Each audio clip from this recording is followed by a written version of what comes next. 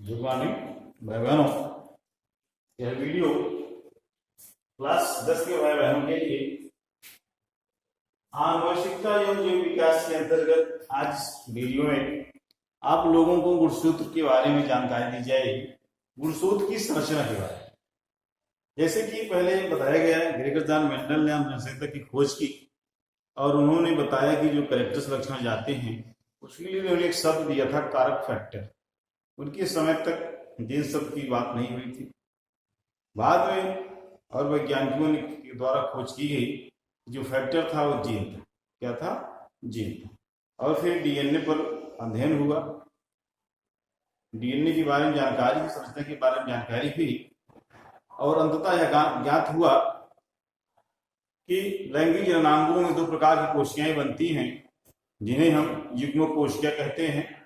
और उन युग्म कोशिकाओं में गुणसूत्र जो होते हैं आधे आधे हो जाते हैं, और वही जो आधे गुणसूत्र होते हैं उन गुणसूत्रों पर जीन होते हैं जो माता पिता के लक्षणों को उनकी संतानों में ले जाने का कार्य करते हैं। तो इस प्रकार से यहाँ पर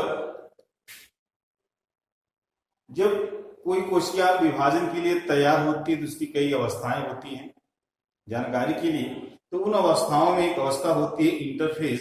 इंटरफेज अवस्था में केंद्रक का क्रोमैटिन जालक कोशिका विभाजन के समय संघनित होकर के वह धागों या छड़ों के समान दिखाई पड़ता है और इन्हीं रचनाओं को गुणसूत्र या क्रोमोसोम नाम देते हैं। आनुवंशिकी लक्षणों का वाहक भी इन्हीं गुणसूत्रों अर्थात क्रोमोसोम को कहा जाता है। स्ट्रासबर्गर नामक वैज्ञानिक ने 1875 में इस गुणसूत्र की खोज की और इन्हें यह गुणसूत्र नाम वाल्डेयर नामक वैज्ञानिक ने 1889 में क्रोमोसोम शब्द दिया। अर्थात क्रोमोसोम शब्द का नाम जो है वो वाल्डेयर ने दिया और उनका जो जीन्स होते हैं उनका उन्हें जोहानसन ने दिया नाम। वाल्टर एस सटन ने आनुवंशिकी का गुणसूत्र सिद्धांत दिया था। इस प्रकार से एक गुणसूत्र की कुछ पूर्व जानकारियां हैं, जिसे हमने बताया कि इंटरफेस अवस्था में जब इसका विश्लेषण किया जाता है तो हमें ये क्रोमोसोम गुणसूत्र दिखाई देते हैं। ये गुणसूत्र जो होते हैं हमारे कोशिकाओं के अंदर में होते हैं। पृथ्वी पर आज तक जितने भी जंतु या वनस्पति हुए हैं सबके केंद्रक में गुणसूत्र क्रोमोसोम होते हैं और सबका अलग अलग संख्या होती है। और यही संख्या जो है यह है कि वह इनके वंश अर्थात जीनस पर निर्भर करती है। जैसे कि दो यहाँ दे रहे हैं, मनुष्य में 46 क्रोमोसोम पाए जाते हैं अर्थात 23 जोड़ी 23 पेयर।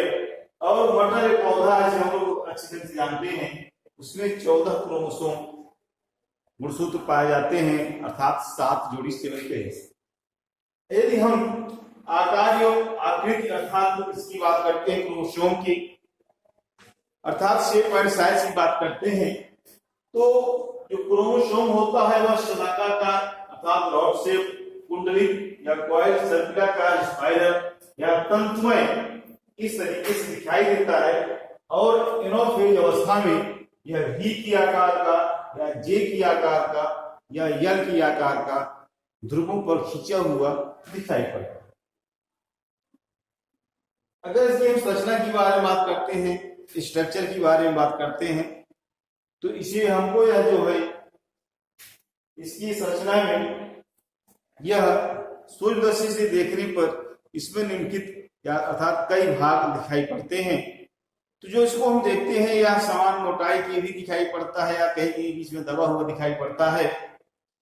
इन दबे हुए भाग को हम संकीर्ण नाम देते हैं। यदि वह बीच में एक बार दबा है तो प्राथमिक संकीर्ण होता है और एक बार और दबा हो तो द्वितीय संकीर्ण। इस प्रकार से यह हमको कुछ खंड अवस्था में भी दिखाई पड़ सकता है। तो जब हम इसकी संरचना स्ट्रक्चर की बात करते हैं तो जैसे हमने बताया कि माइक्रोस्कोप से देखने पर निम्नलिखित भाग हमें दिखाई पड़ते हैं।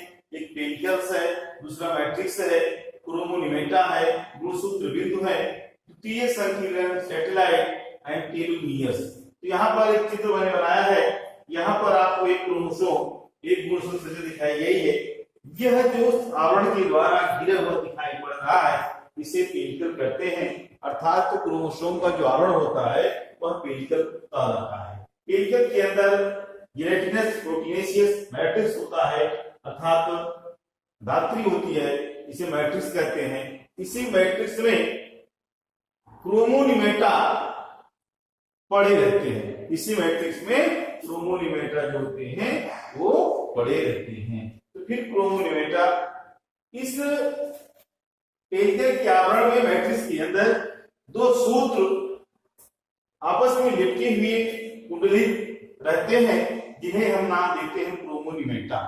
इन्हीं क्रोमोनिमेटा पर थोड़ी थोड़ी दूरी पर कुछ गहरे रंग की पट्टियां होती हैं, जिन्हें हम क्रोमोमियर्स कहते हैं या क्रोमोमियर कहते हैं। प्रत्येक क्रोमोनिमेटा पर जो क्रोमोमियर होते हैं दोनों एक समान ऊंचाइयों पर या कह सकते हैं समान दूरियों पर पास पास स्थित होते हैं।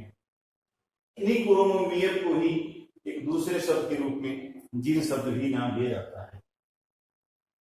अगला पॉइंट आता है गुणसूत्र बिंदु या सेंट्रोमियर।